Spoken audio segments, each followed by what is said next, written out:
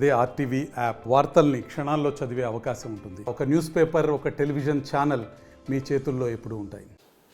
జరుగుతున్న పార్లమెంట్ సమావేశాల్లో the Waqf amendment bill 2024 అనేది ప్రవేశపెట్టడం జరిగింది.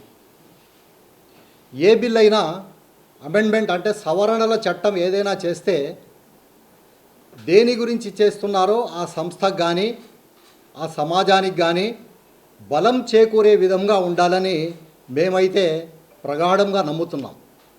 కానీ ఏ సవరణ చట్టమైనా ఆ సంస్థను నిర్వీర్యం చేసే విధంగా కానీ బలహీనపరిచే విధంగా కానీ ఉంటే మాత్రం ముస్లిం సమాజం కానీ అలాగే ముస్లిం సమాజ అభ్యున్నతి కోసం పాటుపడే నారా చంద్రబాబు నాయుడు గారి తెలుగుదేశం పార్టీ కానీ దానికి సవరణలు చేయమని కోరుతుంది.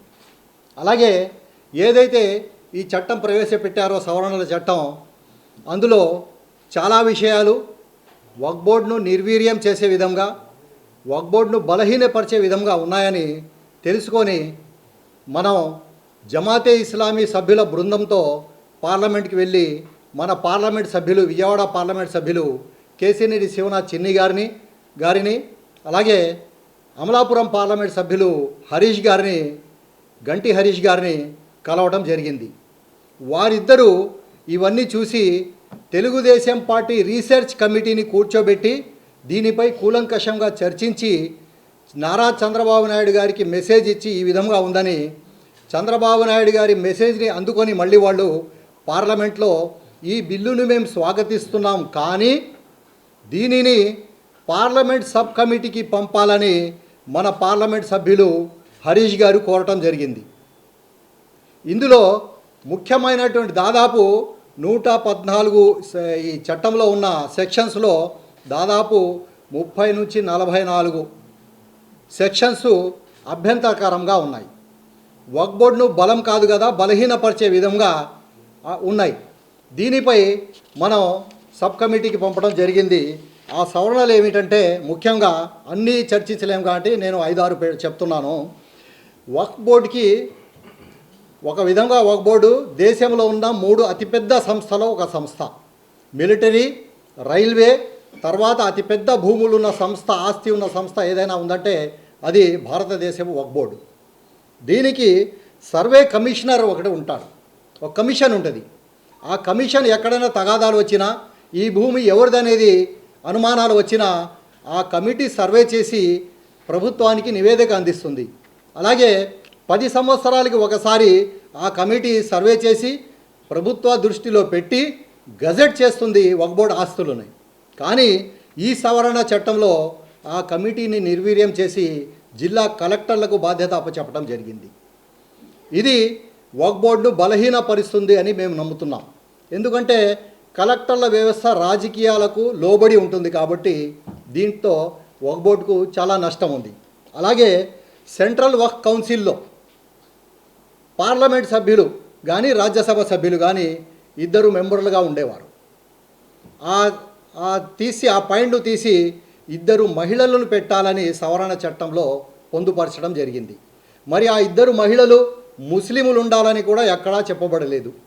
ఇది కూడా మనం ఆమోదయోగ్యం మనకు కాదు. ఇక మూడోది, వక్ఫ్ సభ్యుల్లో ప్రతి రాష్ట్రానికి ఒక వక్ఫ్ బోర్డు ఉంటుంది, అలాగే సెంట్రల్ వక్ఫ్ కౌన్సిల్ ఉంటుంది దేశం మొత్తం మీద. రాష్ట్రాల్లో దాదాపు 25-30 వక్ఫ్ బోర్డులు ఉన్నాయి రాష్ట్రాల్లో. ప్రతి రాష్ట్ర వక్ఫ్ బోర్డులో కూడా 2 ముస్లిమేతరులను పెట్టాలని నిబంధన పెట్టడం జరిగింది. అసలు వక్ఫ్ ఆస్తులు ముస్లిం పెద్దలు కానీ ముస్లిం మేధావులు కానీ ఆ కాలంలో 100, 200, 300, 400 సంవత్సరాల కింద కానీ మరి ఈరోజు కానీ వక్ఫ్ అంటే దానం, ముస్లింల అభ్యున్నతి కోసం ఇస్లామియా పద్ధతిలో ముస్లిం పేదల కోసం, చదువుల కోసం, ఆడపిల్లల పెళ్ళిళ్ళ కోసం, హెల్త్ ఇష్యూస్ కోసం దానం చేశారు ఆ రోజు, మదర్సాల కోసం. దానిపై 2 ముస్లిమేతరులను కమిటీలో ప్రతి రాష్ట్రంలో పెట్టాలని నిబంధన పెట్టారు. ఇది కూడా ఆమోదయోగ్యం కాదు. అలాగే state Waqf board CEO deputy secretary level ఉండాలని చెప్పారు. కానీ దీంట్లో మరి ఇంకొకటి అమెండ్మెంట్ చేశారు. ఏం రాశారంటే the state government not below the rank of joint secretary to the state government and omit the requirement of him being a Muslim. అంటే ఏదైతే CEO ముస్లిం అయి ఉండాలని నిబంధన లేదని తొలగించేశారు. తర్వాత ఎక్కడైతే వక్ఫ్ ఆస్తులు, ఉదాహరణకు ఖబరస్థాన్ కానివ్వండి, మస్జిద్ కానివ్వండి, దర్గాలు కానివ్వండి ఉన్న ఆస్తులు ఎక్కడైనా తేడా వస్తే, ఎక్కడైనా సమస్య వస్తే వక్ఫ్ ట్రిబ్యునల్లో పరిష్కరించేవాళ్ళు. వక్ఫ్ ట్రిబ్యునల్ కూడా అధికారాలను తీసేశారు. వక్ఫ్ ట్రిబ్యునల్లో ఎవరుంటారు? జడ్జి కానీ, సిట్టింగ్ జడ్జి కానీ, రిటైర్డ్ జడ్జి కానీ, అలాగే 3 జడ్జిలు వేస్తే ట్రిబ్యునల్ పెడతారు. ఆ ట్రిబ్యునల్ని కూడా తీసేయడం జరిగింది. అలాగే ఇంతవరకు అమలు ఉన్న వక్ఫ్ చట్టాల్లో ట్రిబ్యునల్కు పూర్తి అధికారాలు ఉండేవి.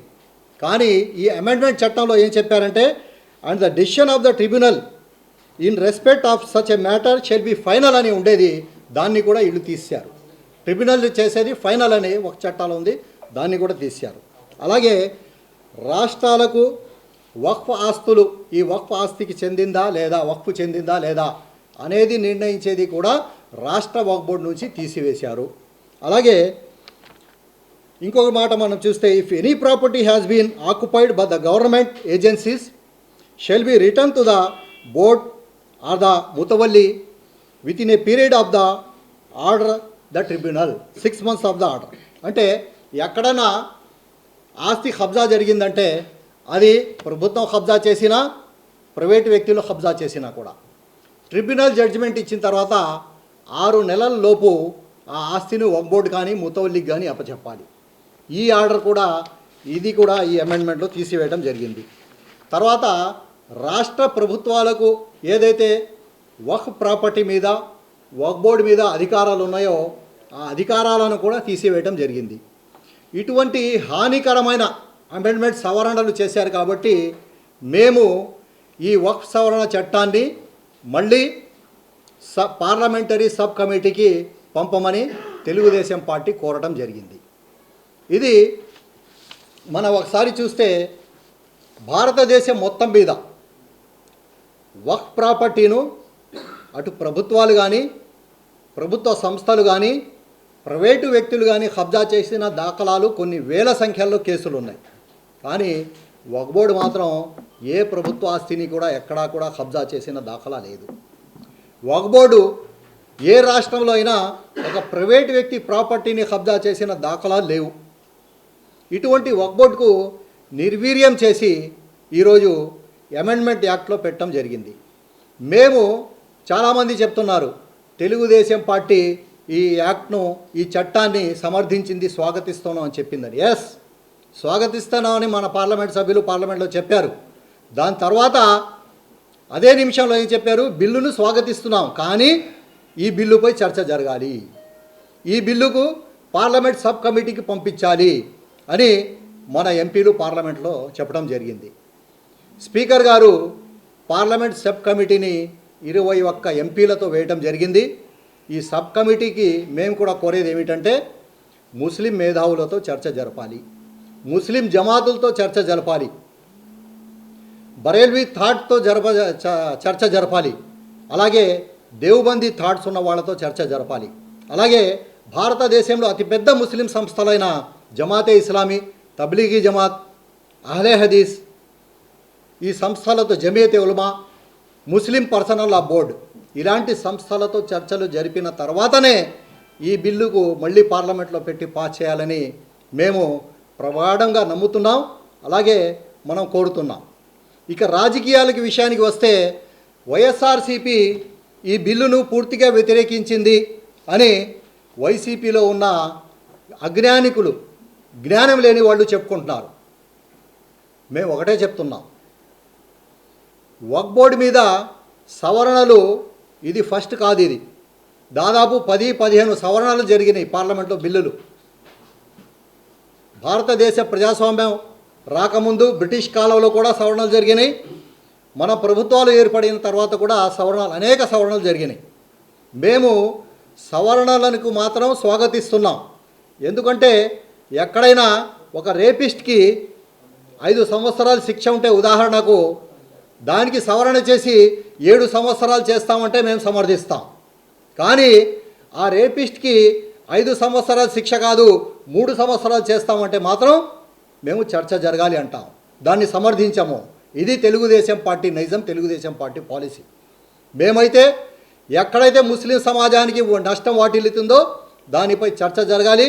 ముస్లిం మేధావులు, ముస్లిం జమాతులతో చర్చ జరిపిన తర్వాతే ఈ బిల్లును పాస్ చేయాలని మేము కోరుతున్నాం. నారా చంద్రబాబు నాయుడు గారు కూడా ఈ బిల్లుపై చర్చ జరగాలనే మెసేజ్ ఇవ్వటం వల్లే మన ఎంపీలు పార్లమెంటరీ సబ్ కమిటీకి పంపమని కోరటం జరిగింది. అలాగే వైసీపీ వాళ్ళు టోటల్గా బిల్లును వ్యతిరేకించారంటున్నారు. అంటే మీరు మీ ప్రభుత్వం ఉన్నప్పుడు మీకు పార్లమెంట్లో 19, 20, 22 ఎంపీలు ఉన్నప్పుడు మీరు ఎన్ఆర్సీని ఎందుకు వ్యతిరేకించలేదు? ఎన్ఆర్సీ బిల్లును మీరు ఎందుకు వ్యతిరేకించలేదయ్యా? అప్పుడు మీకు దమ్ము లేదా? సరే, అంత దమ్ము లేకపోయినా కూడా కనీసం పార్లమెంటరీ సబ్ కమిటీకి పంపించమని ధైర్యం కూడా జగన్మోహన్ రెడ్డి చేయలేకపోయాడే. అప్పుడు మీరు ప్రభుత్వంలో లేదు, మీరు బీజేపీతో కలిసి లేరప్పుడు. ఏమైపోయింది మీ ధైర్యం?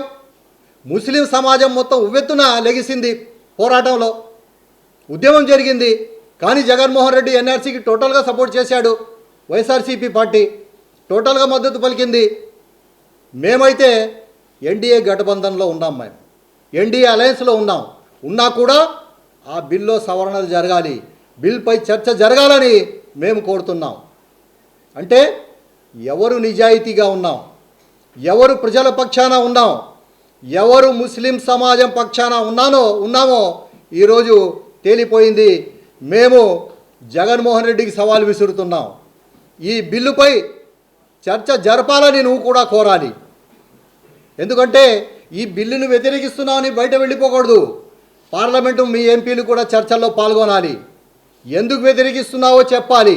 కానీ నీకున్న 3, 4 ఎంపీలు మేము వ్యతిరేకిస్తున్నామని బయటికి వెళ్ళిపోతున్నారు. మేమైతే ధైర్యంగా నిలబడి ఇందులో ఉన్న ఏదైతే మైనస్ పాయింట్లు ఉన్నావో అవన్నీ తీయాలని చర్చ జరపాలనే కోరుతున్నాం. అలాగే ఏదైతే సబ్ కమిటీ వేశారో ఆ కమిటీ ముస్లిం మేధావులతో జమాతులతో చర్చ జరిపిన తర్వాతే ఈ బిల్లు పాస్ అయిందని తెలియజేస్తున్నాం.